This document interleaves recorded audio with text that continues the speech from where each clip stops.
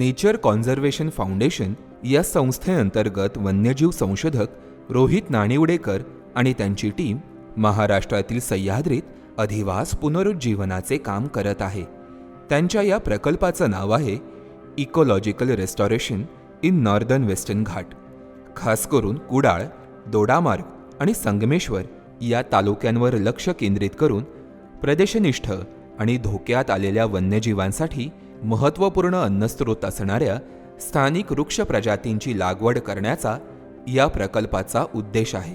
हा प्रकल्प शेतकरी आणि जमीन मालकांच्या भागीदारीमधून राबवला जातोय. या प्रकल्पाच्या माध्यमातून लावलेल्या झाडांची किमान 2 वर्ष काळजीपूर्वक देखभाल केली जात आहे, जेणेकरून त्यांचे अस्तित्व आणि दीर्घकालीन परिणाम सुनिश्चित होतील.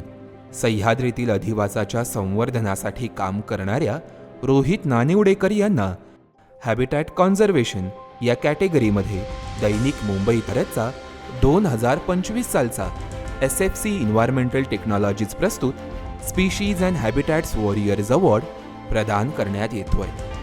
मला प्रथम मुंबई तरुण भारताचं ॲक्च्युली मी आभार मानतो की ते जे पर्यावरणविषयी जे प्रश्न आहेत किंवा जे आव्हानं आहेत त्याच्याबद्दल जे विविध माध्यमातून जे ते प्रचार करत आहेत आणि समाजाकडेपर्यंत पोचवत आहेत ते खूपच चांगलं आहे आणि ते खूपच गरजेचं आहे आणि ते खूप छान रीतीने ते करत आहेत. सो मी त्यांचा आभार मानतो की हा सगळा कार्यक्रम त्यांनी राबवला आणि त्याच्यात अनेक असे जे संरक्षणात जे इन्व्हॉल्ड असे जे व्यक्ती आहेत त्यांचा सन्मान केला. ते खरंच खूप त्यांना सगळ्यांना प्रोत्साहन नक्कीच मिळणार आहे अजून काम करण्यासाठी. माझ्या टीम आणि माझ्यातर्फे मी तरुण भारताचा खूपच आभार मानतो की त्यांनी मुंबई तरुण भारताचा खूपच आभार मानतो की ह्या अवॉर्डमुळे आम्हाला अजून जास्त वनसंवर्धनाची करायची अजून त्याला जास्त आम्हाला प्रोत्साहन मिळणार आहे.